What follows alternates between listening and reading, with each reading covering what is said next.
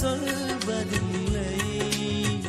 விதி என்ற காட்டிலே திசை மாறும் வாழ்க்கையே, போகிற போக்கில் பாதைகள் கண்டு வீடு.